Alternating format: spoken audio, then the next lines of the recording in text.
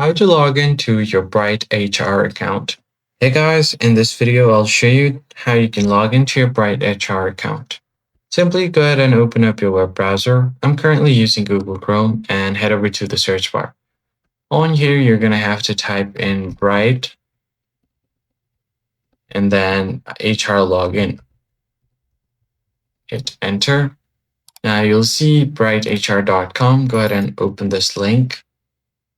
Once you open it up, you will have the login option. So from here, you just have to find the login option and you should be good to go.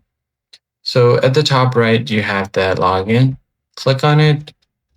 You'll be taken to the login portal directly where you have to enter your login credentials. So what I'm going to do is enter the email address that's connected to my account. And once that is done, all you have to do is enter your password. And then if you have a shared device, you can check this box and then click on login. There are other ways you can log in as well, like your Apple ID, Facebook, even Google account or Microsoft account. That's it for this video, guys. I hope this tutorial was helpful. I'll catch you on the next one. Thanks for watching.